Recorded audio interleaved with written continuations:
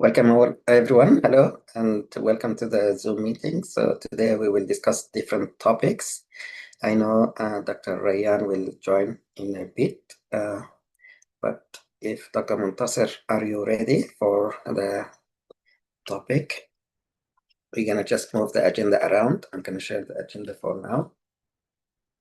I can start if Rayan is still not, Dr. Rayan is not here. Yeah, so these are the topics that we will discuss. So we're gonna start with Dr. Muntasir Ali. Please go ahead when you are ready.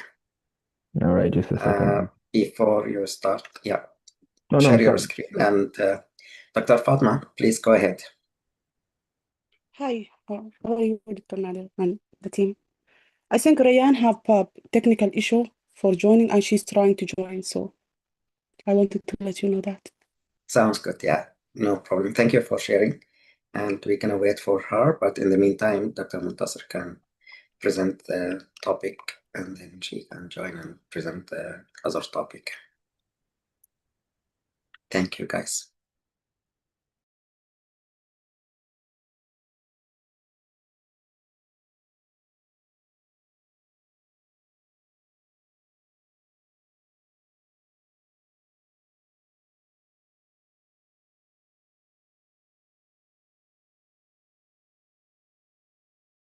Is the screen showing? Can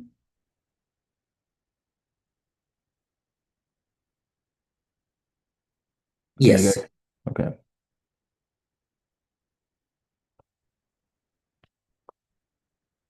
Good morning, everyone. Thank you for joining. Today I'll be talking about evidence-based practice or evidence-based medicine. The goal of this session is not to make EBM sound theoretical or abstract, but to show how it actually helps us make better clinical decisions at the bedside.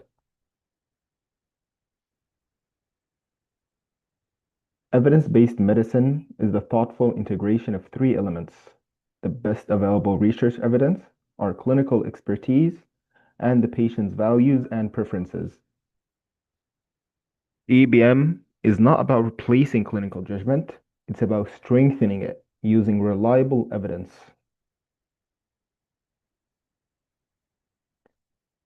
EBM didn't appear overnight. In the 1940s, controlled clinical trials introduced a structured way to evaluate treatments.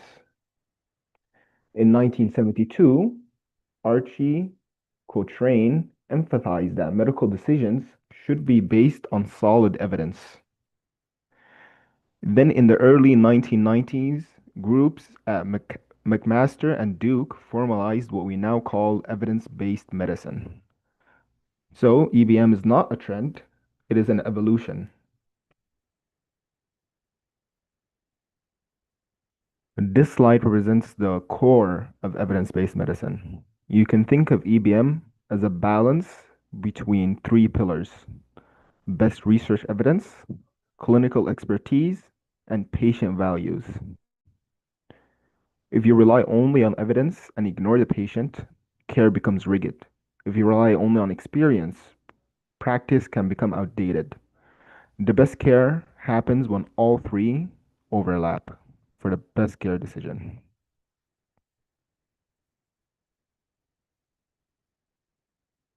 EBM follows a simple and practical process. First, we ask a focused clinical question. Second, we acquire the best available evidence. Third, we appraise the evidence. Fourth, we apply it to the individual patient. And finally, we assess outcomes and adjust when needed. This cycle keeps clinical practice dynamic and safe.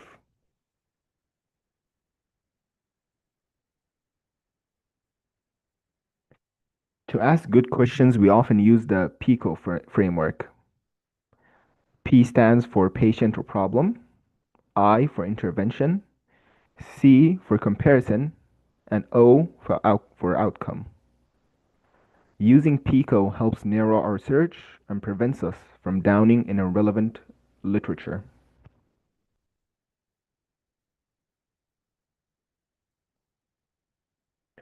Not all sources of information are equal. We usually start with clinical guidelines and expert consensus. For deeper evidence, we use databases like Medline or the Cochrane Library. And whenever possible, we prioritize systematic reviews and evidence summaries because they synthesize multiple studies and reduce bias.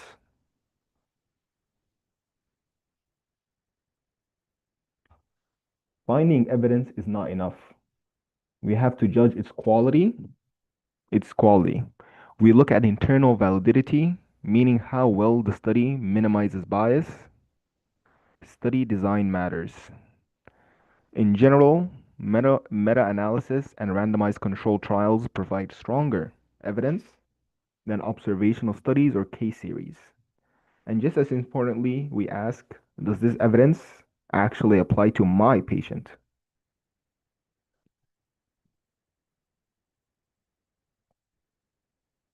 Applying evidence is where medicine becomes personalized. We consider the patient's baseline risk, disease course, and preferences.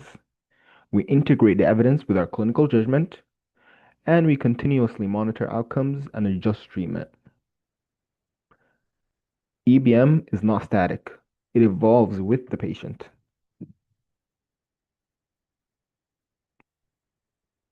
Let's look at a real life example let's look at a real life example. The scenario, a 78-year-old patient with multiple comorbidities and a limited life expectancy of about 2 to 3 years. They have no prior cardiovascular events. Guidelines recommend statins for primary prevention. RCTs show statins reduce cardiovascular events. That's the evidence. But clinically, we know that meaningful benefit often takes 5 or more years to appear. And when we ask the patient, they prioritize quality of life over longevity. So the EPM decision here is shared decision making, and in many cases, discontinuing the statin. This shows that evidence does not automatically mean prescription.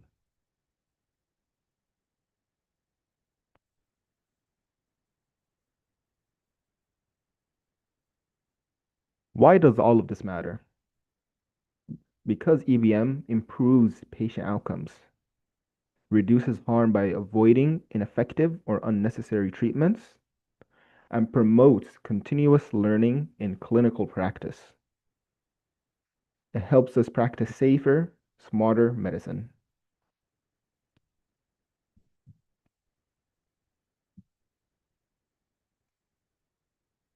Evidence-based medicine is not just medicine. Evidence-based medicine is not just evidence. It is evidence applied wisely. True EBM goes beyond simply citing studies. It involves the discerning integration of all available information to benefit each unique patient. As doctors, our words carry weight. When patients hear doctor, they assume that what we say is grounded in real knowledge. That's not a privilege, it's a responsibility. 30 years ago, medicine often worked on the idea that a treatment ought to work, or at least probably wouldn't hurt. Evidence-based medicine changed that standard. Now we recommend treatments because good quality evidence tell us they actually work. And sometimes the hardest part of EBM isn't finding the evidence, it's using it honestly. It's much easier to prescribe antibiotics than explain that this is a virus and antibiotics won't help. But if we want our words to keep their weight, we have to use them responsibly, especially when it's hard. To conclude, evidence-based medicine helps us combine science, experience, and patient values into better clinical decisions. Thank you for your attention. I'll be happy to take any questions. Hello, doctor. Thank you for great presentation. Um, I just want you, if you can, like emphasize in the last point that you mentioned about the giving like antibiotic for patient who have viral infection and how it's work. I mean, sometimes it's easier when a patient comes to you and he says he has a cold or a flu or a he mostly just says like the last doctor told me antibiotics, and it's easier sometimes to just give antibiotics, but you're supposed to tell the patient it's not gonna work. It's because it's a viral infection. So you have to be honest and use your work. You have to the you have to be Yeah, honest in your I word. can relate what you want to say, but the problem that sometimes this viral infection get superimposed with bacteria infection, and or most of the time, like patients start with viral and then end up with superimposed by bacteria and causing elongation of the I mean, of uh, course, in that situation, of course, he'll give antibiotics. But if it's just a viral infection by itself, there's no reason for it. yeah, but most of the time, like not come in the first or second day of when they have the catarrh stage or something. Oh, So of they course. already when show up, it's about like more than 5 or 7 days. So by that time, I believe it's already becoming bacterial. That's why maybe sometimes you find it's difficult to convince them it's viral and it will take time. And I mean, you just when I mean, if it's only viral, you don't need antibiotics. I guess it's related to time, It's really like to the patient time frame. himself. If the patient needs the antibiotics, of course you give it to them. Okay. Okay. Thank you so much. You're welcome. Thank you, both of you. And in the US here, they have what they call antibiotic stewardship, where there are some guidelines, like patients when they come to get care of your clinic, you go by certain symptoms, and if they reach, let's say, 3 out of 4, then you will do a test to confirm bacterial infection, then you can give antibiotics. In some cases, like in my patients, older patients, the use of antibiotics will be balanced with symptoms, the judgment of the physician, and the complication or side effects. So, what, let's say, when I see the patient, what's my plan depends on what the symptoms that the patient has. Also, there is guidelines for UTI or patients who has symptoms of UTI with polycatheter or pneumonia. So I have to check 1, 2, 3, let's say 3 out of 4 or 4 out of 5, something like that. So you go by the guidelines, and then you will be at ease when you prescribe antibiotics. However, the situation where it's kind of, if you don't reach this targets like the number of symptoms, then what do you do? This is come to the judgment, so the medical judgment. So you think about the patient, you think about the Excuse me, patient. can you raise your voice a little bit? I can't hear you well. So you think about the patient. Is that better? Yes, much better. So you think about the patient, you think about the condition, comorbid condition, and the history. And then if you want to prescribe the antibiotics, then you're gonna write a statement where you explain your thought process and the balance between the benefit, which will outweigh the risk and the side effects of the medications, including the antibiotics. So, for example, patient may get infections with C. diff. So what do you think? The patient will die from the UTI, sepsis, or will die because of the C. diff? C. diff you can treat with different antibiotics. So it's kind of a balanced thing when you practice medicine here. But the idea is you want to support yourself and he keep up to date with all these regulations, guidelines, and there is a website that's up to date that can help, and you can also follow certain guidelines. So it will help you get up to date and evidence based when you see the patient, when you plan your treatment and so on. The important part is the education part. So you want to get the patient and the family involved, you educate them, and the process of making the plan will be much easier when you get them involved and give them the options. So what I do with my patients, like if the patient and the family wants me to send them to the hospital, for example, what I do, I will explain to them what I can do here. I'm gonna do this, this, this, and if I send you to the hospital, they will do this, this, this. So I'm gonna balance the decision for you. Either you want me to help you here, or you want me to send you to the hospital, and there is a chance of doing this and then sending you back, something like that. So you get them involved in the process and educate them, and then I think everybody will be on the same page, including like the cases with antibiotics and so on. So if you explain to them that viral infection and it will take 5-7 days, something like that, and if there are symptoms involved, so, then you can come again and talk about antibiotics. So there are certain ways of doing it, but it's important to be educated yourself about what's the current state of the art of medicine, for example, or the guidelines. Thank you.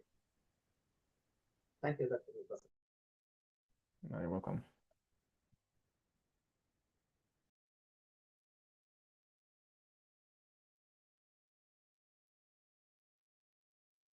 Hello, everyone. Good evening.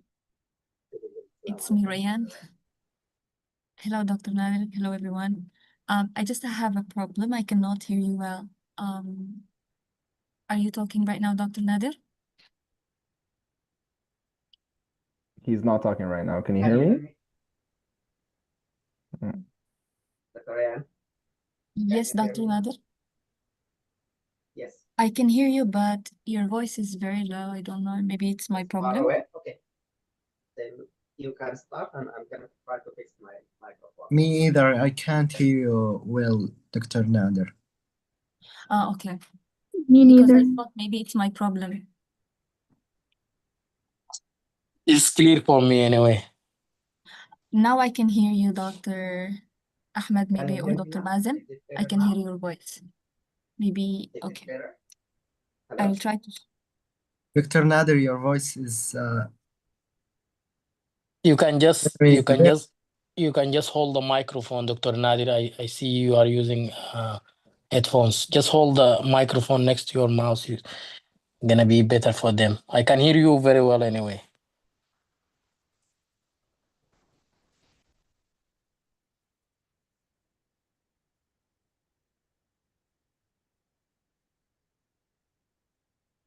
Dr. Wala, you're talking to me or to Dr. Nader because I didn't start yet.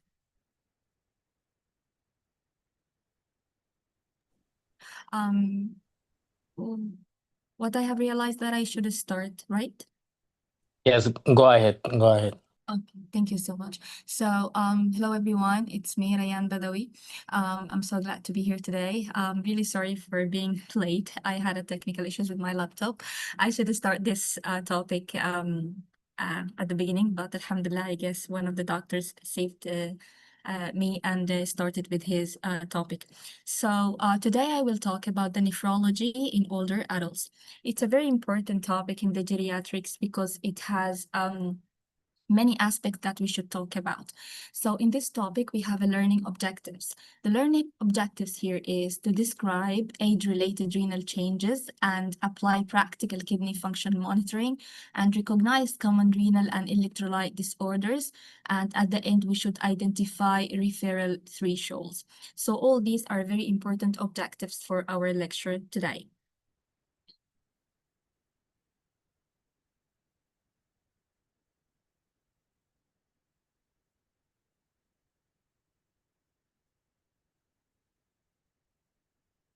So there is some structural changes with aging, and it's really very important. You know, elderly people are not the same like adults. Everything in our body or in their bodies will be changed with aging.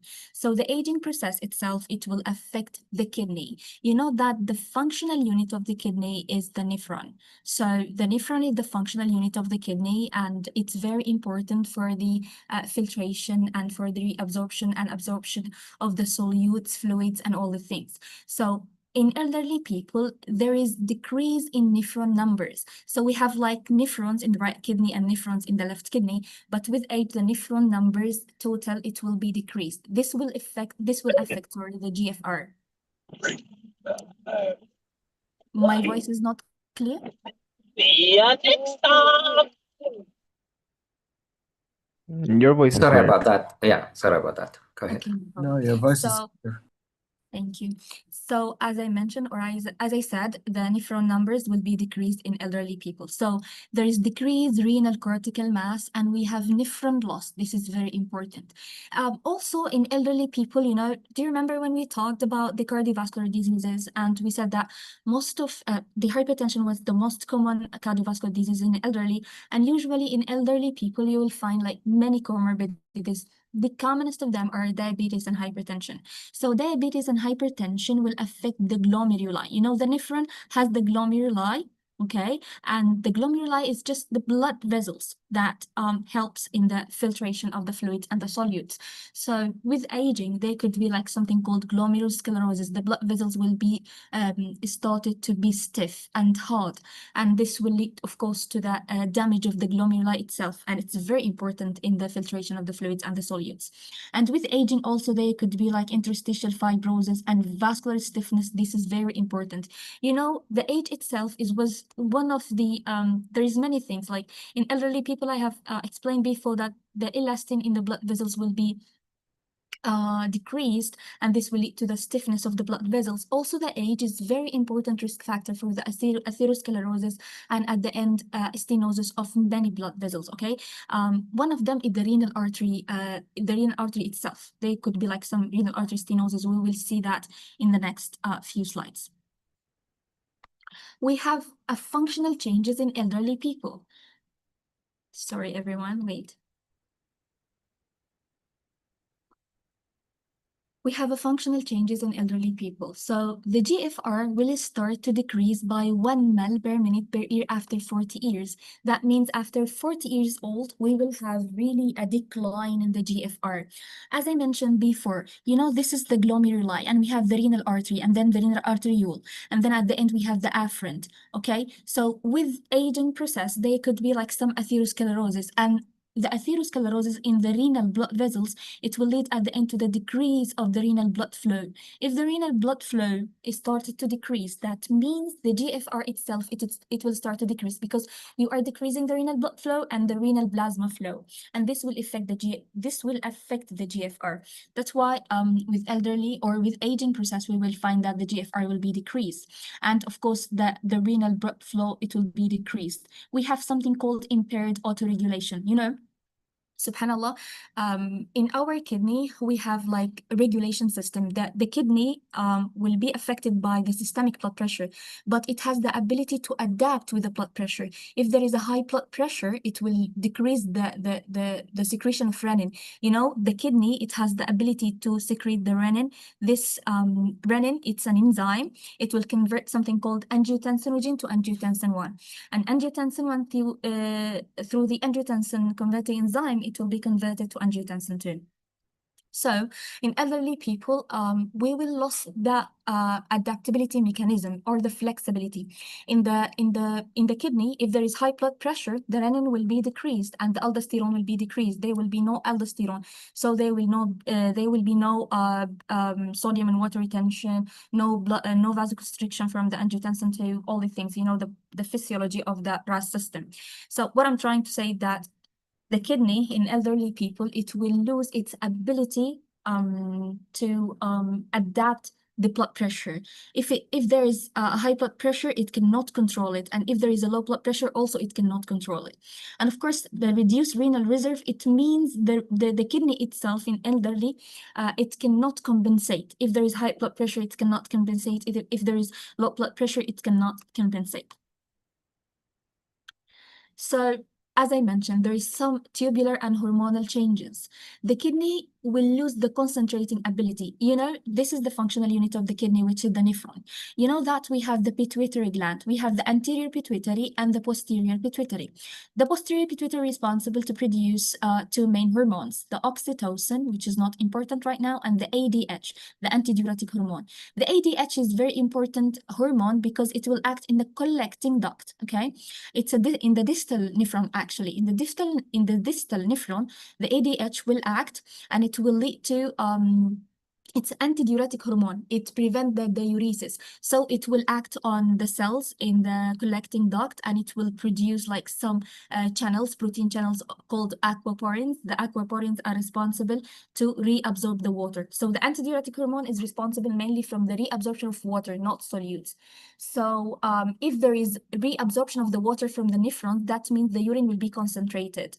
So we will concentrate the urine during dehydration. If the patient or if the individual does not drink water, okay, if we have like some dehydration, the nephron will start to concentrate urine in order to reabsorb all the water to the circulation. Unfortunately, this mechanism will be impaired in adult people or in elderly. They have no ability, or they will lose the ability to concentrate the urine. And also diluting ability, also it will be decreased. So they cannot concentrate the urine properly, and also they cannot dilute the urine properly, okay? So the dilution of the urine will be like the ADH should act on the the dilution of the urine. When the antidiuretic hormone acts on the collecting duct, it will reabsorb all the water. So it will concentrate in the urine. And if it acts more, and sometimes the tubules will be sensitive to the ADH, it will lose the ability to dilute the urine, okay? And also we have decreased renin and aldosterone production, as I mentioned. The renin system, or the RAS system, it's renin-angiotensin aldosterone system. It's produced from the kidney, right? The renin from the kidney. So if there is low blood pressure, the renin will be secreted from the kidney in order to increase the blood pressure and to control the systemic blood pressure. And vice versa, if there is hypertension, the kidney will decrease the secretion of the renin. This called regulation or autoregulation of the kidney, but unfortunately in elderly people, we cannot control that. That means we will have like, the elderly people will lose their reserve capacity to control the blood pressure or to do the autoregulation. And also altered ADH response, as we mentioned, and decreased ammonium production.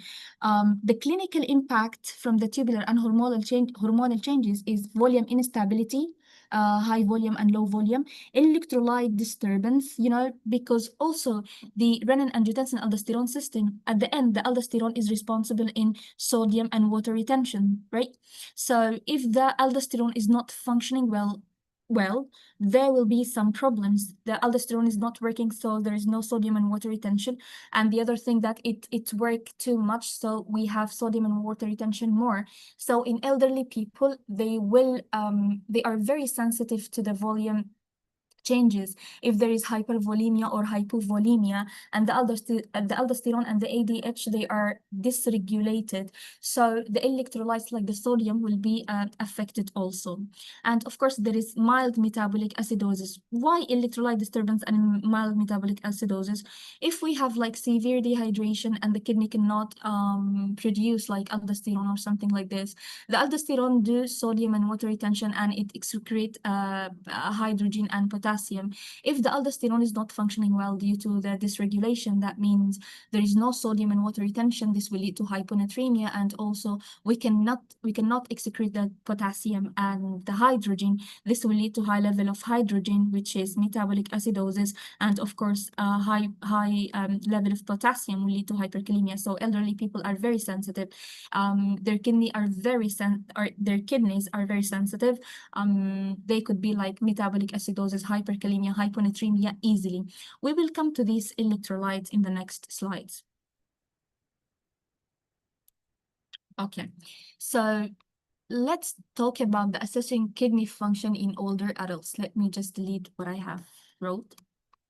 So the serum creatinine depends on muscle mass. This is very important. You know, in elderly people, their muscle mass will not be like the adults. The muscle mass will be decreased. They have something called sarcopenia. There is severe muscle loss or muscle wasting. So their muscles are not like the adults. That means their muscles are responsible for the secretion or production of creatinine, and if they have like a decreased muscle mass, that means the creatinine level from the muscles will be decreased. Why I'm telling that? Because it may appear normal in frail elderly. What I'm trying to say is that if the level of creatinine is 1.1, it could be normal in adults, because this is the normal range from 0.7 to 1.2. Okay, so if we have like an elderly people who is really frail and the creatinine level is 1.1, does that means he is normal? His creatinine level is normal? We cannot confirm that, because elderly people have low muscle mass. That means their creatinine already is decreased. So if there is any problem in their kidney, the creatinine level cannot be very high. So even 1.1 in elderly frail people could indicate renal impairment. Because they have like decrease in their muscle mass, and the creatinine production will be decreased. So it can underestimate chronic kidney disease severity. That's true, because I said creatinine produced from the muscles, and in the elderly people, already the muscles are decreased. Therefore, the estimated GFR is the practical indicator of the kidney function. So in elderly people, it's better to do the estimated GFR. It could give you the right clue, or the most precise, or the most true reading for their kidney function. So we can use the estimated GFR, and chronic kidney disease epidemiological collaboration equation is the preferred one to calculate the GFR, or the estimated GFR. It contains many items inside, like like this gender, sex, of course, like the creatinine level and all the things. Okay, so, and it's valid only when creatinine is stable. When we want to like measure the estimated GFR for elderly people, we should consider that the creatinine, or we should assume that the creatinine is stable, because you know, when you are calculating the estimated GFR for elderly people,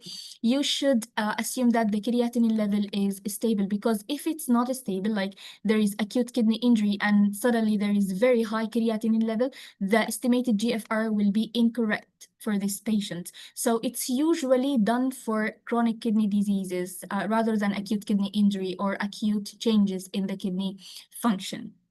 And usually we are following the trends, not single values. For elderly people, you are not saying that their creatinine level now it's normal, particularly in chronic kidney disease. Now it's normal and the patient is good, or the creatinine level is specific number and the estimated GFR is good now. No, you are following the patient. You should follow trends, not single values. You are measuring the serum creatinine every time after a while, and you are calculating the estimated GFR. So let's go to the assessment of proteinuria. Why we are talking about the proteinuria here? Actually, proteinuria is very important. You know, as I mentioned before, this is the nephron. It's the functional unit of the kidney, and you know that, and this is the glomeruli. Usually the glomeruli, there should be no filtration of the protein from the glomeruli to the nephron. If there is any proteins that secreted in the urine, this is something abnormal. That means the glomeruli are destroyed, or they are abnormal. Okay, so the assessment of proteinuria in elderly people is very, very, very important, because if we have protein in the urine, that means the glomeruli is really damaged. So the dipstick urine, it's used for screening only, but it's not sensitive to measure the real protein in the urine, even particularly the small amounts of protein in the urine. So it's better to use the urine albumin creatinine ratio. It's very important to measure the urine albumin creatinine ratio. We have 3 states, A1, 2, and 3.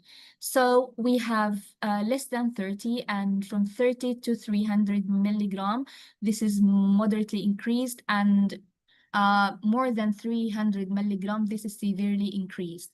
So why I'm telling that, or why I'm telling you that, as I mentioned, the proteinuria means there is damage to the glomeruli. And sometimes when you are calculating the estimated GFR, maybe elderly people, as I mentioned before, the GFR will be decreased with age, with aging itself. So if there is a person who is 85 years old, or 90 years old, or 85 years old, and their GFR is like 65, okay? The GFR of the patient is 65, but they have no albuminuria. So the urine albumin creatinine ratio was less than 30. And we have another person or another individual who is 85 years old also, who has 56 years old, 56 GFR, glomerular filtration rate is 56, and also he is 85 years old, but his protein in the urine is say that it's 250 milligram. That means this patient or this individual who has a low GFR, or a relatively low GFR but normal protein in the urine, no proteinuria, this could be mainly to aging process. The decrease in the GFR is mainly to aging process. But this individual who have GFR, which is 56, and he has microalbuminuria, or he has albumin in the urine, that means the glomeruli is damaged, and this will help us to determine if the patient in chronic kidney disease has a severe chronic kidney disease or not, based on the proteinuria. That's why in the classification, when you are classifying patients with chronic kidney disease, we have already the classification based on the cause and the GFR and the albuminuria. We have from G1 to G5 based on the GFR. G1, the GFR will be more than 90. Okay, G1, the GFR will be usually more than 90, until G5, which will be like creatinine more than GFR less than 50. Okay, so this is the classification of the chronic kidney disease. We can add the albuminuria based on that. Albuminuria A1, 2, 3. A1, as I mentioned, it's less than 30. That means there is a good prognosis for the chronic kidney disease if it was like G3 and A1. And A2 from 30 to 300 moderately, and more than 300 it's severe. So if we have decreased GFR with albuminuria more than 300, this will tell us that the patient has severe chronic kidney disease and the prognosis will not be good. Okay, so this is the assessment of proteinuria because it's really very important in elderly people. We have the electrolytes and fluid disorders in older adults. It's really common and often multifactorial. Why they are saying multifactorial? Because I told you before, in elderly people, we have a problem in the diluting capacity, concentrating capacity in the kidneys, and also the secretion of the hormones from the tubules or from the kidney itself. The hormones will not be secreted normally. So the regulation by the hormones, the diluting capacity, the concentrating capacity, all of these things will be affected in elderly people. So this is one thing, the aging process itself and its effect on the kidney. The other thing, that elderly people usually will have like comorbidities. Some of them will have hypertension, and hypertension will lead maybe to a congestive heart failure or chronic heart failure. Okay, some of them will have like maybe liver cirrhosis, and liver cirrhosis will affect also the electrolytes, particularly the sodium. Some of them will have like the chronic hypertension and diabetes at the end. It could lead to the chronic kidney disease itself, and maybe nephrotic syndrome and generalized edema at the end at the end of that, we will have also electrolyte disturbance like hyponatremia or abnormal level of sodium. So it's really common and often multifactorial. The electrolyte disturbances in elderly people, it's multifactorial. As I mentioned, they will be there is a decrease in the function of the kidney. There is other comorbidities like congestive heart failure, liver disease, chronic kidney disease. And the most important thing is that the polypharmacy. Polypharmacy is really very important because recently I'm working also in the geriatric actually, it's a home care, but it's a geriatric at the geriatric section. So I have seen many patients who have like hyponatremia and they have also dementia. So some people will have dementia, Alzheimer's disease, and they have also like diabetes, hypertension, and they are taking many medications. And one of these medications will be the diuretics like thiazide, because thiazide is used commonly like for the treatment of hypertension. So I can find that like thiazide, one of their medications. So elderly people who have like dementia, Alzheimer's disease, they have a history of recurrent falling. So hyponatremia in their condition is not good at all because it will increase the risk of fall. It will increase the impairment of cognitive function and all the things. So the polypharmacy is very important because elderly people will have many medications, at least like more than 5 medications, 5 or more. We can consider this as a polypharmacy. So most of elderly people will have medications from 5 to 10. And of course, they will have like hypertension because it's the commonest cardiovascular disease. It's really very common. And one of the medications for the hypertension is thiazide diuretics. And thiazide has many side effects. One of them is hyponatremia. Other things. Also, I have seen many geriatrics in the previous months, subhanAllah. And I have discovered that many of them with Alzheimer's disease or dementia, or even without Alzheimer's disease and dementia, they have depression. I have found that like many patients will have the depression, and I found that many of them are treated with SSRIs, selective serotonin reuptake inhibitors, and selective serotonin reuptake inhibitors like the sertraline. Of course, you know, this is one of the commonest medications that has been used by adults with a low dose. I guess we can start from 25 milligram till 75 milligram. Anyways, this drug itself, it can affect the sodium. It can lead to hyponatremia. So in the treatment of the elderly people with these medications, we are trying to control the hyponatremia because really it's very important, and the consequences of the hyponatremia itself, it's very dangerous and it's very important. So we are trying to manage the medications. Okay, that's what I want to talk or to say about the electrolyte and fluid disorder in older adults. So older adults have limited ability to maintain water and sodium balance. As I mentioned, they have their own issues in concentrating, diluting urine, their own issues in the secretion of the renin and the RAS system at the end. So let's move to the next. So the hyponatremia, yes. Hyponatremia is very important and it's really a common thing. It's very common in hospitalized elderly, of course, and often it's a chronic and multifactorial, as we mentioned, the electrolyte disturbance multifactorial and hyponatremia also, but it could be due to medications in a very common way, okay? So it's often chronic and associated with falls and fractures. Of course, elderly people will have osteoporosis. We don't want to play with that, right? Increased mortality, of course, and frequently medication related. That's true because I have seen that before, subhanAllah. The classification of hyponatremia is very important in order to treat the condition, okay? So we are seeing the patient if there is hypovolemia or euvolemia or hypervolemia. I said that elderly people will have comorbidities like chronic heart failure, if they have chronic heart failure or nephrotic syndrome, okay? Or there is chronic liver cirrhosis, okay?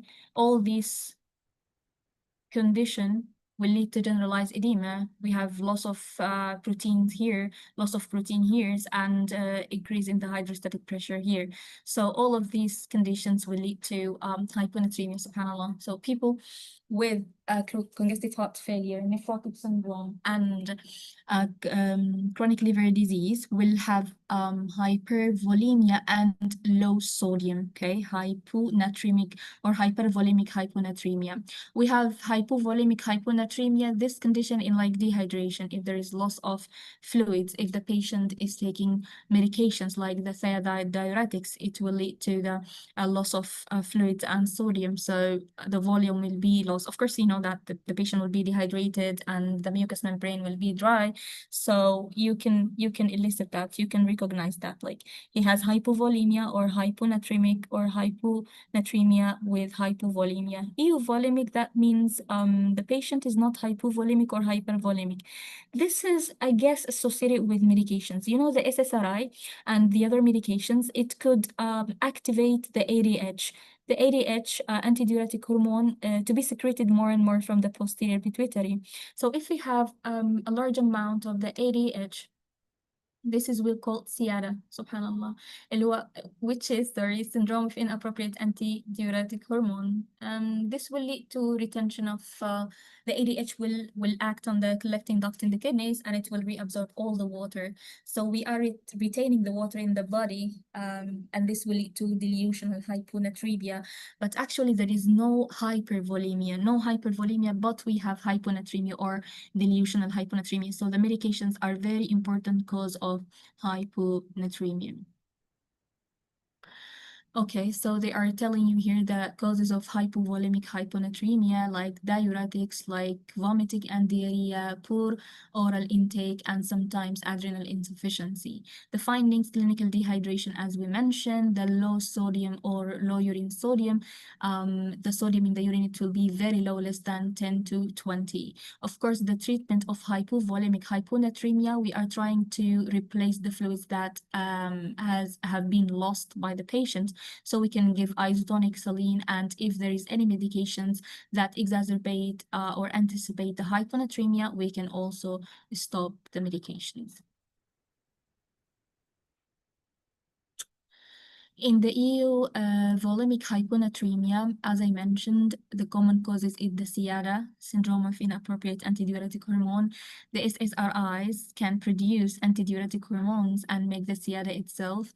Thiazide, it can cause hypovolemic and euvolemic hyponatremia. Hypothyroidism also associated with euvolemic hyponatremia, and adrenal insufficiency could be there also. The treatment of euvolemic hyponatremia, we start with the fluid restriction first, and then we can try to treat the underlying cause. And of course, consider the salt tablets or loop diuretics if needed. But here we are talking about the salt tablet. I have seen that also, like sodium chloride tablets that has been prescribed by the consultant for a patient who had a dementia and recurrent history of hyponatremia due to the medications, because she has a dementia and depression, and she was taking many medications, and she has hypertension also. So she was taking like thiazide, diuretics, sertraline, other medications for dementia like memantine and donepezil. She was taking all these medications. So he was trying to control the hyponatremia, and I have seen him that prescribed sodium tablets or salt tablets. And we can come to the hypervolemic hyponatremia. The causes to this, let me just delete this one. The causes for hypervolemic hyponatremia, as I mentioned before, the heart failure, advanced chronic kidney disease, like, you know, people with diabetes can develop nephrotic syndrome, and diabetes itself, it can progress to chronic kidney disease. And if the kidney is not functioning, that means the fluid cannot be secreted through the kidney, and edema will develop, or they will be like hypervolemia. So heart failure, chronic kidney disease, and liver cirrhosis, all of these are common causes for hypervolemic hyponatremia. The mechanism for that is total body sodium increased and total body water increased more, because there is water retention. The sodium is the main extracellular cation, you know that, and it's found in the extracellular fluid, the interstitium and the blood vessels. But in this in this population or in these individuals or in these patients, the fluid retention will be more. That means the sodium will be less in comparison with the total water or total body water. That will lead to delusional hyponatremia also. So the treatment first, we will restrict the fluids to decrease the hypervolemia, and we can use loop diuretics to control the hypervolemia, and of course based on the underlying cause we can treat the condition. Sometimes we have a severe or symptomatic hyponatremia, and the treatment for severe symptomatic hyponatremia, like to give the hypertonic saline, 3% hypertonic saline, we should give it carefully, but we will start this treatment in people who have really very low level of sodium, like sodium less than 120, or the patient develops seizures or severe confusion. All these considered to be an indication for treatment of severe hyponatremia by using hypertonic saline IV, and we should do that very carefully and very slowly. You don't want to correct the hyponatremia rapidly, because if you gave like hypertonic saline 3% and you make like a very rapid correction to the hyponatremia, this will lead to a complication called, I guess, pontine demyelinolysis. It will damage the pontine cells in the brain. So you don't want to do that for a person who was only suffering from hyponatremia. So monitor sodium closely and avoid rapid correction, as I mentioned, because it will affect the brain.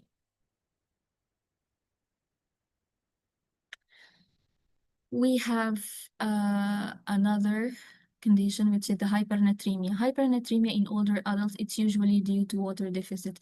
You know, they have impaired thirst in the hypothalamus, the center of the hypothalamus. For those elderly people, the thirst will be impaired, or the thirst center will be impaired. That means they are not drinking well. And this will lead, of course, to the dehydration and concentration of the sodium in the blood, and will lead to hypernatremia. Cognitive impairment, I have seen that a lot in geriatric patients. They have a cognitive decline, immobility, of course, and infection and fever. Also, fever and infection will lead to loss of fluids, and this will lead to the concentration of sodium and also the development of hypernatremia. One of the commonest causes of hypernatremia in elderly is infection, really. If you have an infection in a frail patient or in an elderly patient, you can find the hypernatremia. So the treatment of the hypernatremia also by calculating the water deficit or the free water deficit, and then we will give the fluids. We will replace the fluids slowly over 48 to 72 hours. We are giving the water. We don't want to make it correct, we don't want to make a rapid correction, because if we did that, if we did like a rapid correction,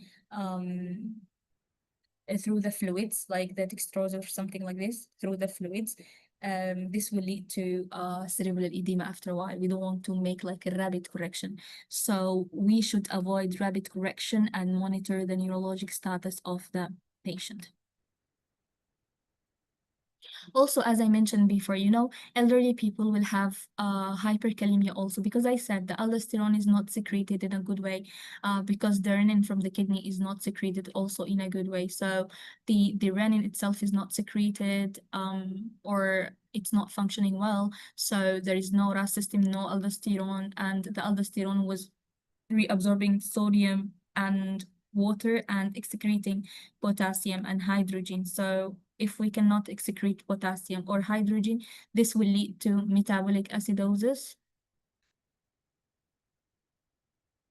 And of course, you know, hyperkalemia. So elderly people are very sensitive to the electrolyte disturbance, and they can develop hyperkalemia easily. And the kidney will be very sensitive to the volume. And if there is any decrease in the volume of the blood, the renal blood flow will be decreased, and the kidney will not work in its appropriate way. So this will lead to the retention of hydrogen and potassium, and hyperkalemia could develop easily. So hyperkalemia in older adults, it's mainly due to reduced aldosterone. And we have something else. People who have, the elderly people will have like other comorbidities, as I mentioned, like hypertension, and they could be treated with AC inhibitors and ARBs. One of the important side effects of AC inhibitors and ARBs is high level of potassium. So this could be the cause of hyperkalemia. And potassium-sparing diuretics, you know, the what is called spironolactone. Spironolactone, it's aldosterone receptor antagonist. Aldosterone receptor antagonist, one of its really important side effects, also hyperkalemia. And we have the chronic kidney diseases. Of course, any renal impairment will lead to the retention of potassium and hyperkalemia at the end. The treatment of severe hyperkalemia in elderly, we can give like IV calcium for cardiac membrane stabilization. We can give insulin and glucose, as you know, and nebulization with beta agonist or with beta 2 agonist, like the salbutamol. It can help to decrease the hyperkalemia. It will lead to hypokalemia. And of course, we can give diuretics or even dialysis if we have severe hyperkalemia refractory to the medical treatment. We have another condition in the elderly people, which is secondary hypertension and renal artery disease. Do you remember when I said that in elderly people, we will have like atherosclerosis because the aging process itself, it's one of the risk factors for the development of atherosclerosis. So if we have like atherosclerosis in one of the renal arteries, usually it will be unilateral, but it could be bilateral also. But if we have like renal stenosis in one of the renal arteries, that means the renal blood flow will be decreased. And if the renal blood flow will be decreased, the kidney is very sensitive and it will start to secrete the renin, and the renin-angiotensin-aldosterone system will be activated, and this will lead to the sodium and water retention, and of course the angiotensin too, very important in the vasoconstriction of the blood vessels. So there will be an increase in the total peripheral resistance, and also the blood volume will be increased, and this at blood volume, and this at the end will lead to the high blood pressure, because you know in the cardiovascular system the blood pressure equals the cardiac output multiplied by the total peripheral resistance, and the cardiac output depends on the heart rate and stroke volume. So if we increase this one, the cardiac output will increase, and if we did vasoconstriction, this will increase, and this will lead to a high blood pressure and hypertension. So this is the secondary hypertension, mainly due to renal cause and the atherosclerosis in the blood vessels.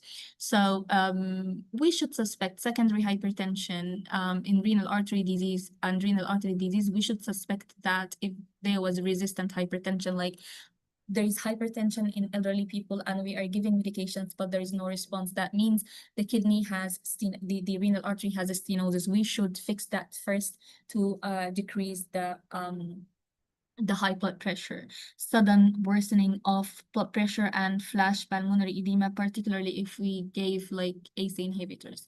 Asymmetric kidney, because you know sometimes you can find the atherosclerosis in one artery and the other is intact. So the kidney that has severe renal arteriole stenosis or atherosclerosis will have atrophy. So it will has like a very small size in comparison with the other kidney. And of course, we should consider the renovascular disease if we found one of these in a patient. Other renal conditions in elderly people like the hematuria and nephrolithiasis, the commonest causes for them is infection or the hematuria. The causes for the hematuria, the infections, the stones, malignancy, and glomerular disease. It's very important, and any damage of the glomeruli at the end, it can lead to chronic kidney disease, which is really a common condition in elderly also. So the evaluation for the hematuria, we can do like urine analysis, we can do imaging and urology referral if needed.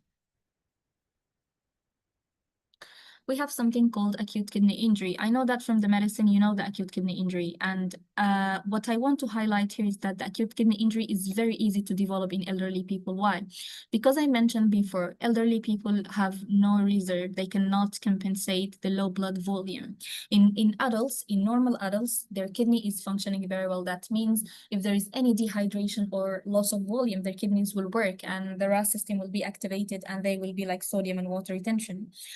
So the blood pressure will be increased. But unfortunately, in elderly people, if they suffered any dehydration or any trigger like vomiting, diarrhea, anything like this, and the individual had like severe dehydration or severe volume loss, the kidney cannot compensate to increase the blood pressure. And if the kidney cannot compensate by activating the RAS system and it cannot increase the blood pressure, that means the renal blood flow will start to decrease. So if renal blood flow is started to decrease, that means the blood flow to the kidney, it was very low, and this will affect the kidney and will lead to AKI or acute kidney injury.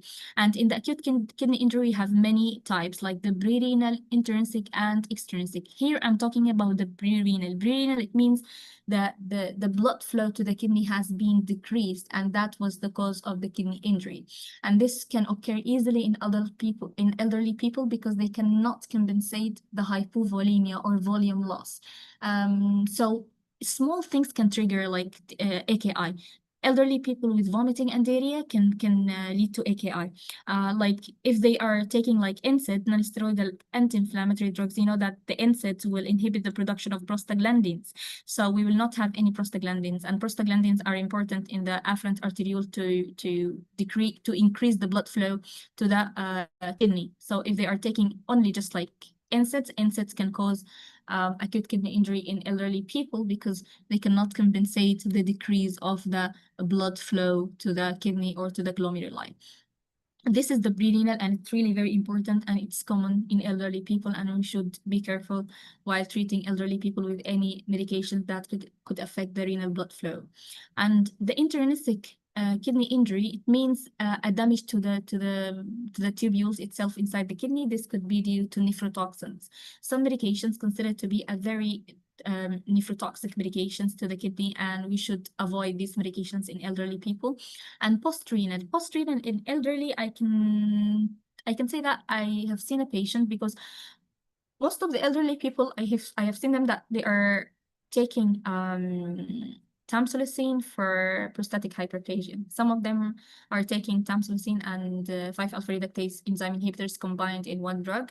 But I have seen many patients with benign prostatic hyperplasia in elderly people. So most of them are receiving tamsulosin. So one of these patients developed like urinary retention due to prostatic hyperplasia, and unfortunately his kidneys started to be damaged, and he had like post-renal AKI. But after the management of the urinary retention and the post-renal and the obstruction of the urethra, after that his renal function started to return to its normal gradually. But post-renal could occur to many reasons in elderly, but one of them, and really very important, is the prostatic hyperplasia.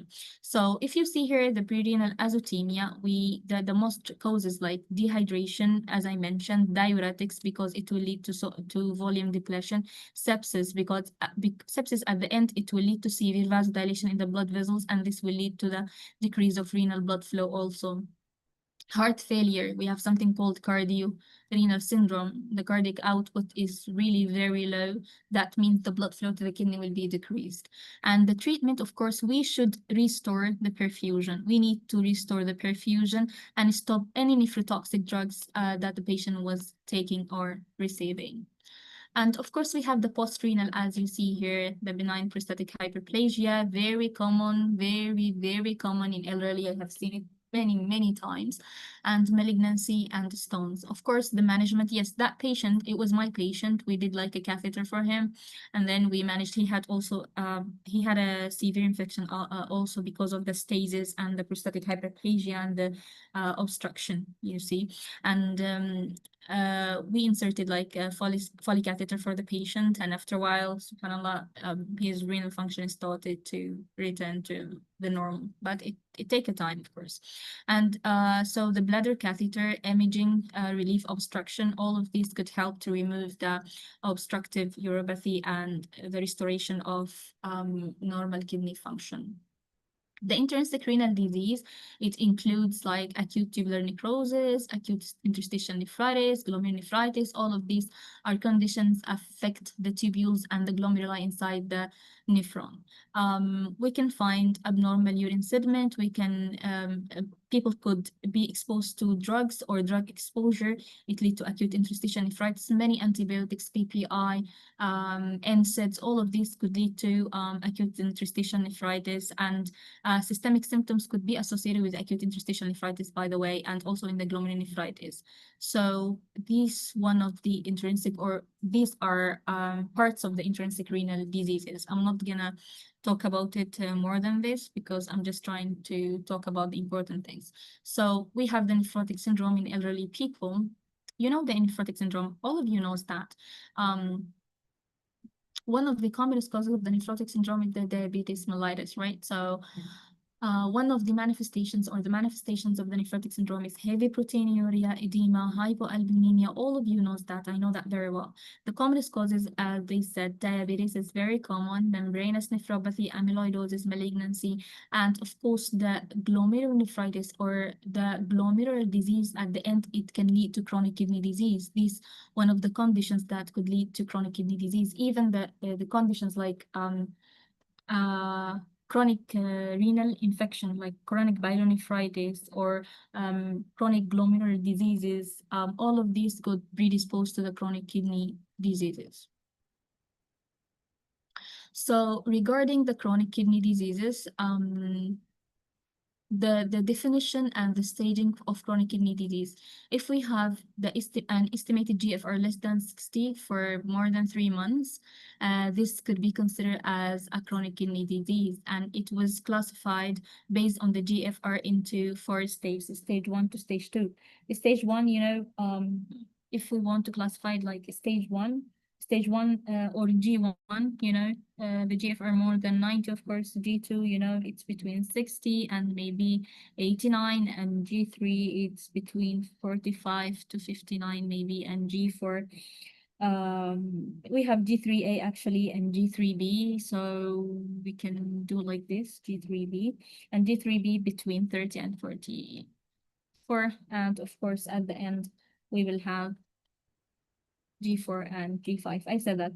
G4, it's between 15 and 29, and this is less than 15. This is the classification of the chronic kidney disease. And based on the albuminuria, as we've seen before, if it's less than 30, it's A1, between 30 and 300, A2, and more than 300, it's A3. And the albuminuria is very important to determine the prognosis of the chronic kidney disease. Once the albuminuria, it's mild, that means good prognosis, moderate, okay, and severe, it will affect the prognosis of the chronic kidney disease. There is many complications with the chronic kidney disease. One of them is the anemia. You know that the kidney itself was responsible for the production of erythropoietin, and erythropoietin is very important in the production of RBCs from the bone marrow. So if there is renal kidney or chronic kidney disease, that means there is no erythropoietin. That means there is no production of the RBCs from the bone marrow. We can have like anemia of chronic kidney disease. It could be like microcytic, hypochromic, or normocytic, normochromic. Both of them could appear, or we can find it in chronic kidney disease. Hyperkalemia, because the kidney cannot excrete potassium, so retention of potassium. Metabolic acidosis, the kidney cannot secrete hydrogen, so retention of hydrogen lead to metabolic acidosis. Bone disease, you know that the kidney was very important in the activation of vitamin D3. So in the liver, the vitamin D was changed to 1, I guess, to 25 hydroxycholecalciferol, and it should be traveled or transferred to the kidney in order to be converted to D3, which is 125 dihydroxycholecalciferol. Anyways, this will be active in the kidney by the alpha-1 hydroxylase enzyme, and this is very important in the activation of vitamin D3. If the kidney is not functioning, that means this enzyme inside the kidney not functioning, and vitamin D cannot be active. So this will lead to low level of vitamin D, okay? And low level of vitamin D will lead to hypocalcemia at the end, and hypocalcemia will affect the bone, because we are trying to, if there is hypocalcemia, that means the parathyroid gland will start to produce parathyroid hormone to act on the bones and degrade the bones to provide the body or the blood with calcium. That means the bones will start to be degraded, and this will lead to the bone diseases in chronic kidney disease. Cardiovascular risk, yes. Actually, one of the most important causes of death in elderly people with chronic kidney disease is the cardiovascular conditions or the cardiovascular risk. The chronic kidney disease will lead to chronic calcifications or calcifications in the blood vessels, and this will lead to increase the cardiovascular risk. So cardiovascular risk is very important in the chronic kidney diseases. The management of the chronic kidney disease, it includes blood pressure control, of course, because you remember that we said in chronic kidney disease, if there is chronic kidney disease, the blood pressure will be high. And if we have a high blood pressure, this will lead to sclerosis and damage of the glomeruli in the blood vessels. So it's like a vicious circle. We need to control the blood pressure in order to control the chronic kidney disease, okay?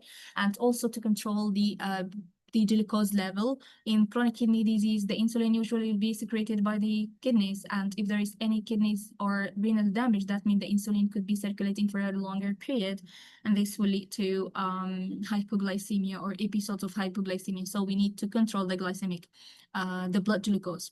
Also, we have the ACE inhibitors and ARBs. You know, chronic kidney disease with albuminuria. We can give ACE inhibitors and ARBs because they are renoprotective. They have a protection ability to the kidneys or effect. So we need to give like ACE inhibitors and ARBs if there is chronic kidney disease with albuminuria. We can give these medications to protect the kidney or to prevent the further progression of the chronic kidney disease. Of course, we need to avoid nephrotoxins, and definitely you need to do the medication dose adjustment because, of course, elderly people will have decrease in the reserve or the capacity of the kidneys to compensate if there is any trigger or any anything that will anticipate the dehydration or anticipate the damage of the kidney. So their kidney itself is not functioning well like the adults, and beside that they need really a medication dose adjustment if there is chronic kidney disease. Okay. The chronic kidney disease and metabolic bone disorders. You know, in chronic kidney disease, the kidney is responsible to reabsorb the calcium and excrete the phosphorus. So if there is kidney damage, that means we cannot reabsorb the calcium and we cannot excrete the phosphorus. What that means? That means the calcium will be low in the blood. We will have a hypocalcemia, and if we cannot excrete the phosphorus, that means in the blood we have a high level of phosphorus. The hypocalcemia and the high level of phosphorus will activate the parathyroid hormone. The parathyroid hormone will start to increase dramatically to overcome this issue, the hypocalcemia and hyperphosphatemia. But unfortunately, the chronic stimulation of the parathyroid gland to produce the parathyroid hormone, this will lead to the development of secondary hyperparathyroidism. So secondary hyperparathyroidism, one of the consequences or the complications of the chronic kidney disease. And when we have a high level of parathyroid hormone, of course, it will work, it will act on the bones, as I mentioned, and it will start to decrease the bones. And at the end, this will lead to degradation of the bones and bone diseases in elderly with chronic kidney disease and predisposed to the fracture risk. So with time, we will have like a high fracture risk due to bone damage because of the mineral bone disorders associated with chronic kidney diseases. In elderly people who have chronic kidney disease or any patients with chronic kidney disease, we should make sure that the nutrition or the dietitian was consulted. We need a dietitian consultant, you know, or a specialist. In elderly people that I have seen also, one of the things that we were doing all the time, if they have a chronic kidney disease, we are consulting the dietitian specialist. He will come to the patients and tell them what they should eat and what they should avoid. It's very important in the management of the chronic kidney disease. So moderate protein intake, sodium restriction, potassium restriction if needed. We need a dietitian referral to control the diet for those people. In the end-stage renal disease and renal replacement, okay, we have, of course, as I mentioned, the end-stage renal disease, based on the classification, the G5, it's G5 like less than 15 or we can classify the end-stage renal disease also based on the symptoms that was not treated in the medical way. So the end-stage renal disease and renal replacement, we have options like hemodialysis, like peritoneal dialysis, like kidney transplantation, and the last thing is the conservative care for the patients, only conservative care for some or for many cases. In people with chronic kidney disease, we should choose wisely. We should avoid unnecessary imaging because you don't want to use any dye and their renal function is not normal. You don't want to use imaging with dye, okay? Or with contrast. What I'm trying to say is with contrast. You don't need to do like unnecessary investigations or unnecessary imaging that uses contrast because it's nephrotoxic. And of course, you should avoid the NSAIDs and the dialysis based on the patient and its condition. And we should align the care with the patient goals, which is the patient-centered treatment. So this is what I want to talk about it in the chronic kidney disease. I'm sorry for talking too much, but that's what I wanted to say. Thank you so much, everyone. Thank you so much for listening to me for too long. If you have any question, any comment, any added information, feel free to reach out and to say what you want to say, okay?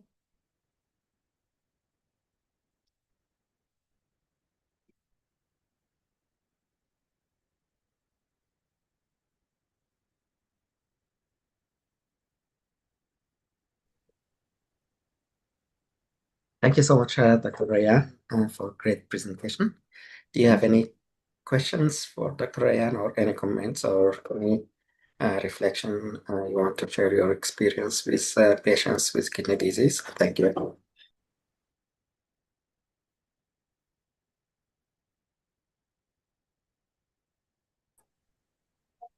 It was a very informative and great presentation, Dr. Rayan. Thank you so much for like refreshing the renal system whole in like less than 1 hour, I believe. Thank you so much. There is an integration with a multi-system, so appreciate. And yet it was light. I don't know how. The kidney talk used to be like heavy or something, but you make it very easy and straightforward. Thank you so much and appreciate. And I just want to mention something related. You keep like tell us about the kidney and with aging and the aldosterone and sodium retention and potassium and this stuff. I just want to mention that the aldosterone escape phenomena, which is it's how the body temporarily manage the sodium retention that happen and prevent the severe edema despite the high aldosterone, which occur in the primary aldosterone and can contribute to the persistent hypertension and cardiovascular complications, especially in the geriatric population. So it's always good to like screen for this population for the PA, like the primary hyperaldosteronism. When you have a patient who have long use of AC inhibitor or ARB, and you found that they have like persistent hypertension, whatever you try, nothing work for them. So it's good to go and check about the aldosterone to know it's not like high aldosterone that lead to the aldosterone escape phenomena, which despite you will not find edema because the sodium they will have kind of natriuresis, like they will lose the sodium in urine, so you will have you will not have edema or something, but there is hypertension not respond. So it's a good idea to screen those people for this. And also, when you want to treat them, like they used to treat them with the mineral corticoid receptor antagonist, like spironolactone or something. So you have to be careful because the geriatric population cannot handle the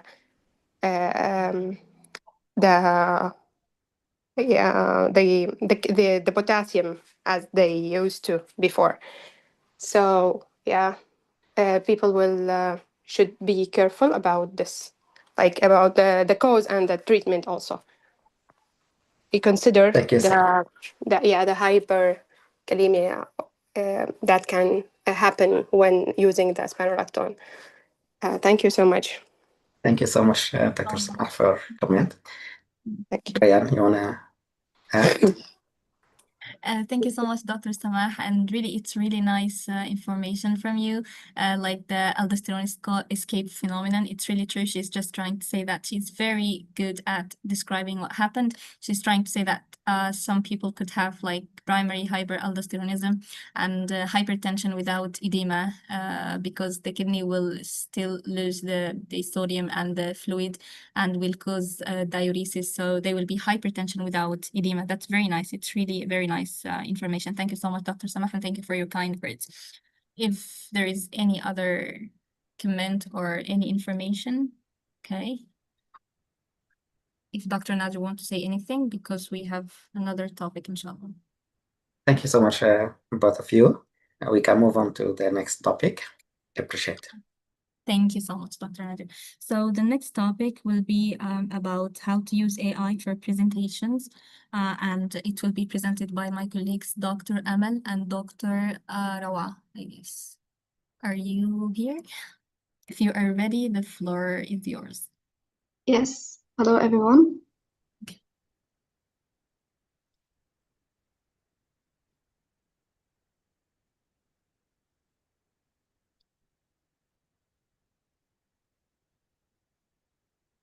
Hello, everyone. I hope everybody is doing well.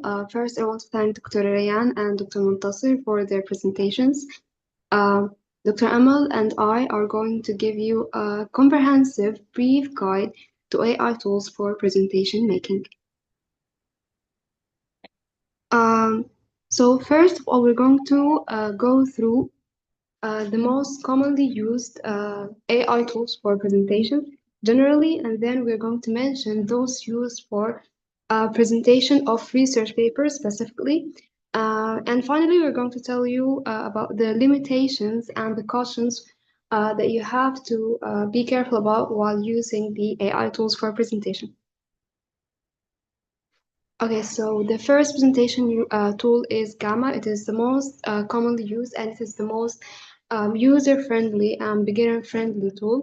It is best for speed generating from scratch. That is, the tool itself will generate the presentation for you. All you have to do is to type your topic.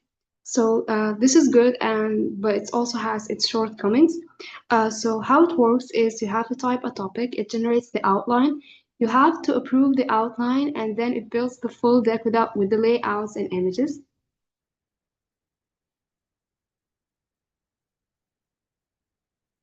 Okay. Our next tool would be Tom. Tom is best for design and aesthetics. That is, it's best for visuals. It focuses on storyline with fluid web page style slides. So think of Tom as, making a film adaptation of a book. So it does the same. You give the tool your idea in text form and it transforms it into an image form. So it translates your ideas from words into images. Our next tool would be Beautiful AI. Beautiful AI, it's best for strict brand consistency. So how it works, a smart design engine that automatically resizes and moves elements as you type to keep slides balanced. The main concept of Beautiful AI is that You can choose the design of these slides, and you can limit how the tool adjusts it. That is, if you are a company, if you are someone who needs to limit the AI tool of colors. You have got certain colors, you have got certain logo, you have certain ideas and concepts that you need to focus on. So Beautiful AI is your tool. Moving on for SlideGo, it is best for Google Slide users. How it works is it is a presentation maker as well as its template library. The tool has got many templates that you may choose from, and it generates a downloadable Google Slides and PowerPoint files. It is best for students, teachers, and Google Space work users. It's good for students and teachers as it has the template library that you can easily choose from. Our next tool would be Plus AI. Plus AI is a very good tool for converting text to slide. So it is a Google Slides plugin that builds slides inside an existing deck. It's best for professionals who want a generative PowerPoint without generative power without leaving Google Slides. That is, it's incorporated within the Google Slides, so you don't have to leave, the Google Slide workspace to get a tool that gives you the similar effect, that is changing the text into slides. You can just use it while you're in your Google workspace. Moving on. Microsoft Copilot, it is best for the PowerPoint users. It works directly inside the PowerPoint program. It can create presentations based on existing Word documents, and it's obviously best for those who are already using Microsoft 365. Prezi, it is best for the non-linear presentations for those who doesn't like the conventional way of slide presentation, those who like zoomable presentations on a large canvas instead of those traditional slides. Prezi is your go-to. It's best for educators and speakers who want a more cinematic effect and big picture style. And then we move on for AI tools for presentation of research papers. Dr. Amal will guide you through this section. Thank you, Dr. Ruwa. So I will proceed about AI tools for research paper presentation. AI tools for research paper presentation, summarizing and visualizing. Summarizing PDF, chat PDF, HuMate, ask targeted question, get cited answers. Also visualize data, Julius AI, upload Excel, CCF to generate chart and graph instantly. Google Slides integration, Slide AI creates slide from text while minimizing hallucination. Next. So limitation of AI. Limitation of using AI in presentations. While powerful AI tools have significant limitation, like hallucination problem, AI can confidently state incorrect facts, always fact check statistics, dates, and claims. Generic content, AI produce safe average content. It lacks unique voice and personal context. Limitation customization. So regarding limitation customization, some tools lock layout to preserve design logic, making manual adjustment is so difficult. So, and also struggle with complex data. AI handle text better than numbers and may misinterpret complex data sets. Next. Important rules for success. Trust but verify, never copy AI text directly, check statistics and claims manually. And use AI for skeleton, not the soul. AI builds structure, you add personal insight. Protect your privacy. Never paste confidential data into free AI tools. Next. Okay. Thank you for your, all of you for your great presentation. And thank you, Dr. Nader.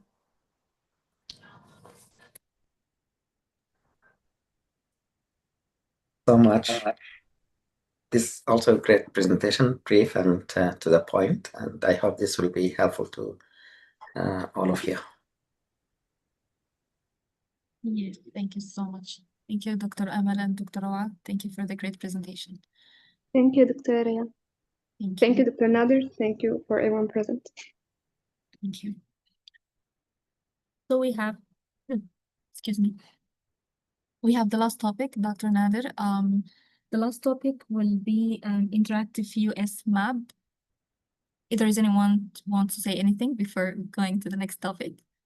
Sorry for interrupting. If no, we can go to the next topic. It's about interactive US map, and it will be presented by Dr. Mazen, inshallah. Dr. Mazen, are you here?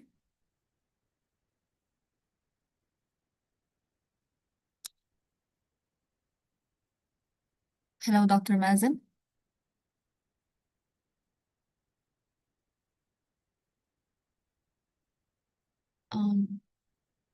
Just wait a minute, I'm gonna text him.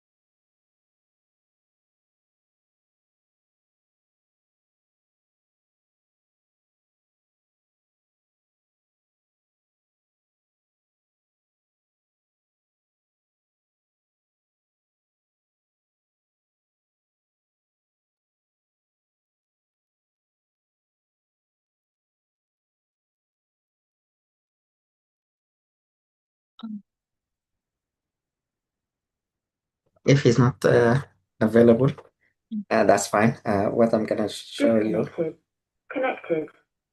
I'm gonna try to show you the screen.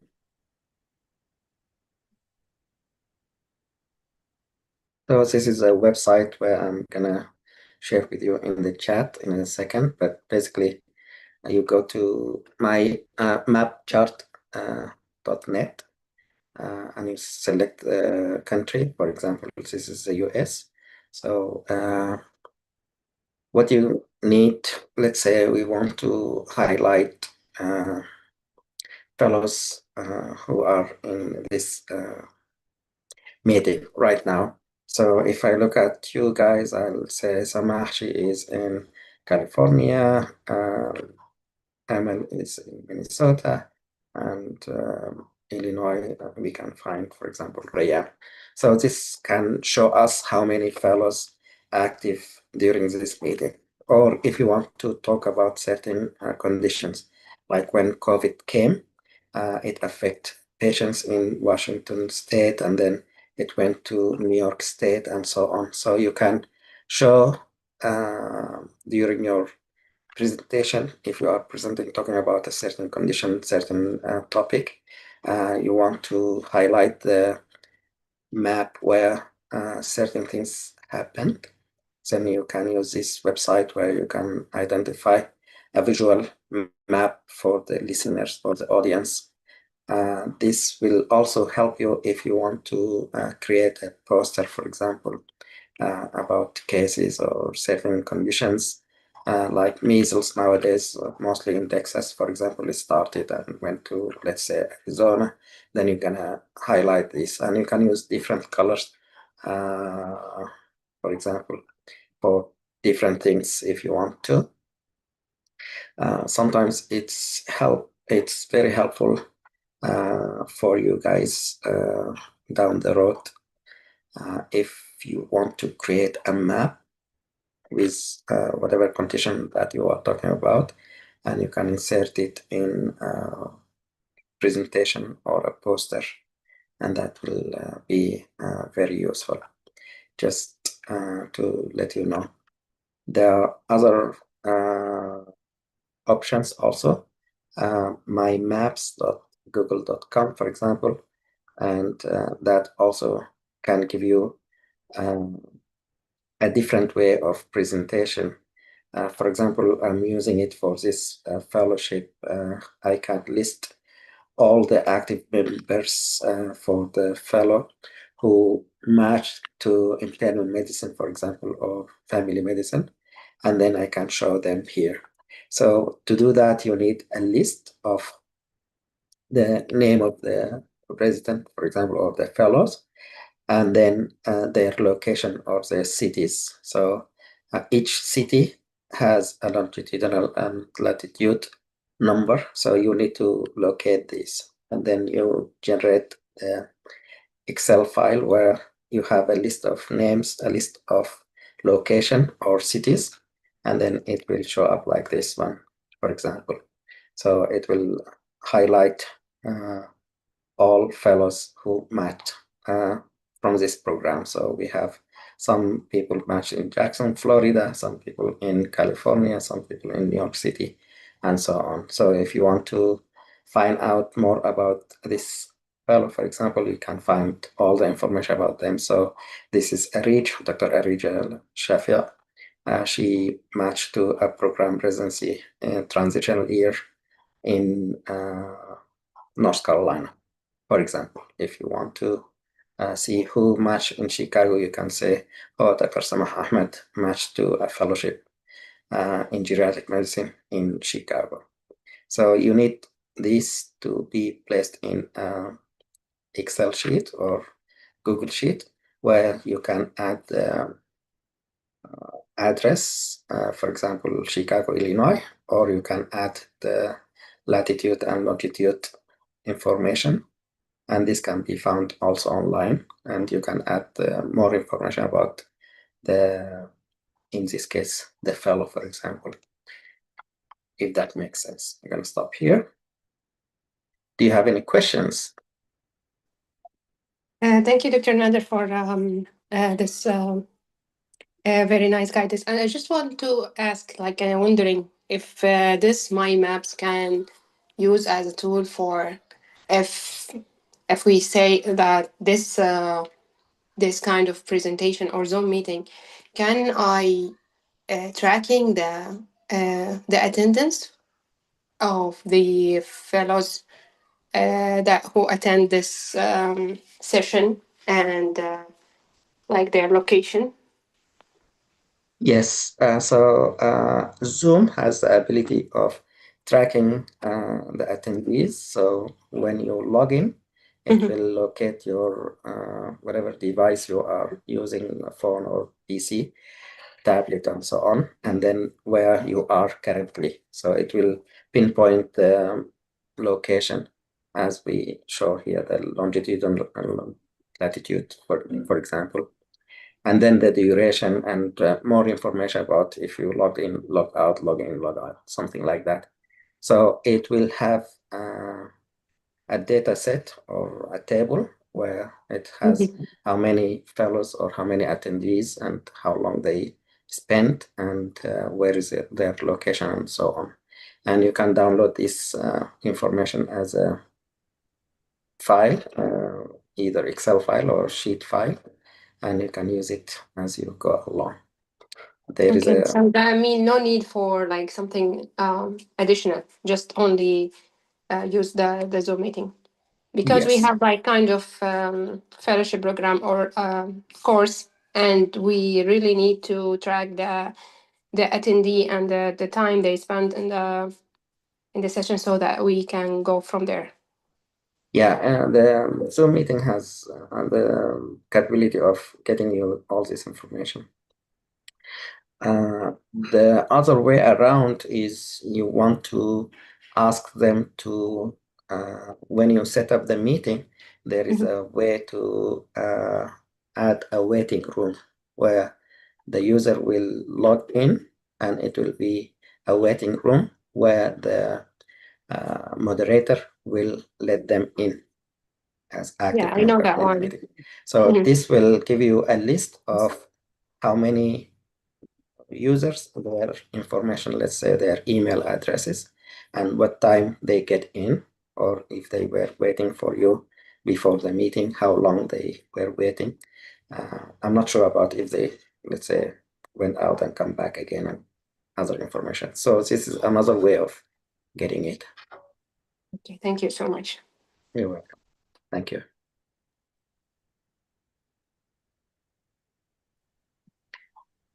Any other questions about any of the topics today? If not, we can move on to the updates. Any new ideas, any news, any questions, please go ahead. Thank you.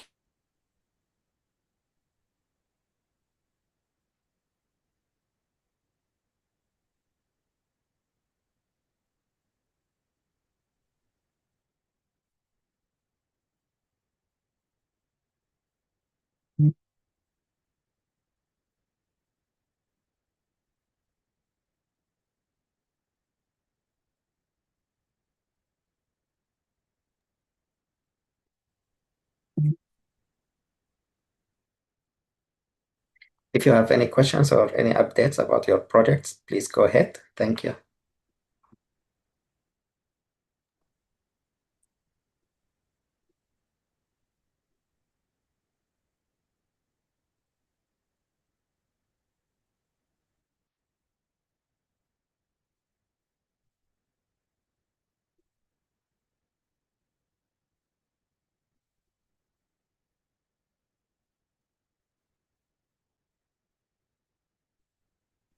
Any questions about the fellowship itself or anything about projects or ideas that you have and you want us to help or want to move on?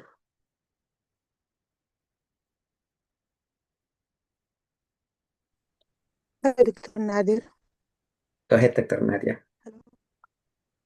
Yes, just I have a question about the project you speak last week about it, and trying to reach the leader for the group what I chose, but still she didn't respond to me. So guess I want to make sure how contact her or how we can start this project, because she didn't respond to me. So I don't know what I have to do.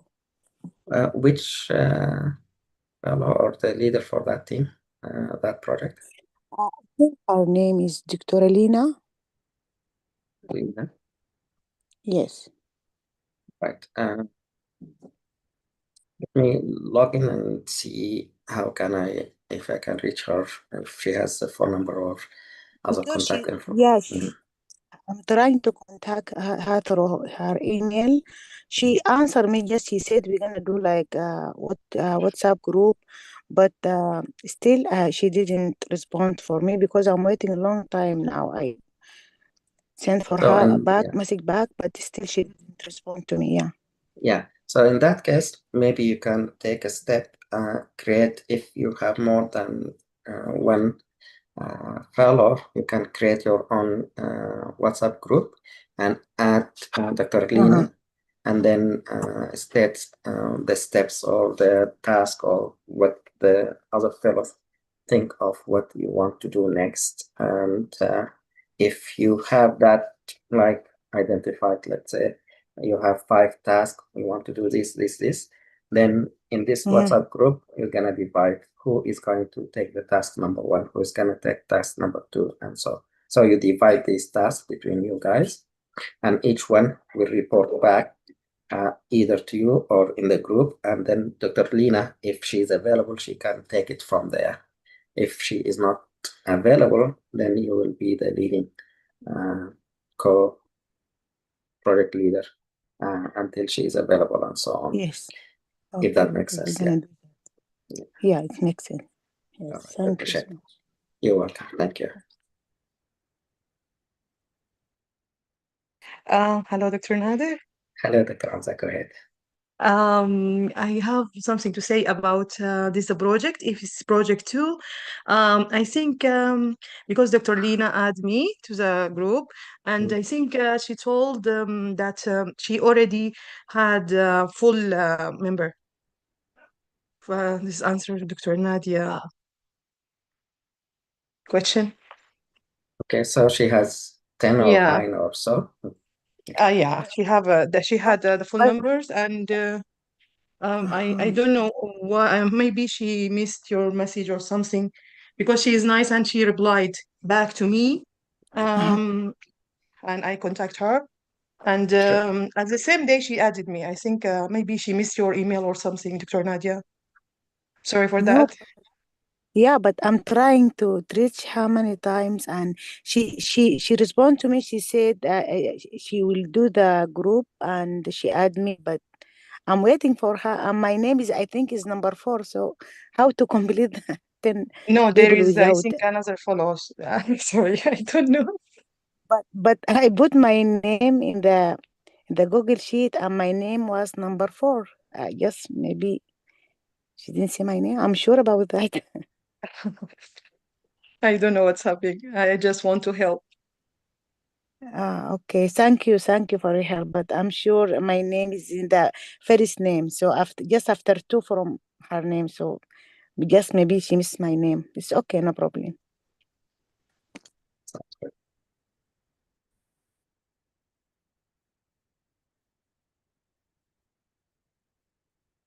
Any new ideas, any thing that you want to carry on or want to do, conferences you want to apply to, or journals that you want to write abstracts to, if you have an idea of writing papers, manuscripts, or if you have an idea of developing a mobile app that we can work on together.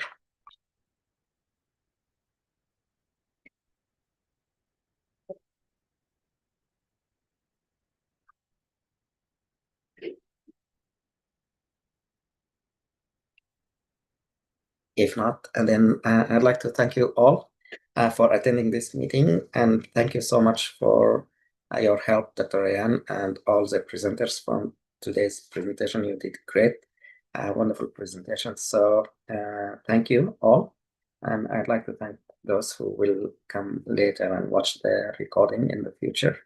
Thank you in advance, and we'll see you next week. If you have questions, please email me, contact me via email, WhatsApp, or call or text. We'll be happy to help. Thank you. Have a wonderful day or night. See you next week. Assalamu alaikum. Thank you so much, Thank Dr. you, Nadir. Dr. Wa alaikum assalam wa rahmatullah. Mubarak. Thank Assalamu you. alaikum. Ramadan Kareem. Ramadan Kareem in advance. رمضان كريم تصوم وتفطر على خير. آمين إن شاء الله.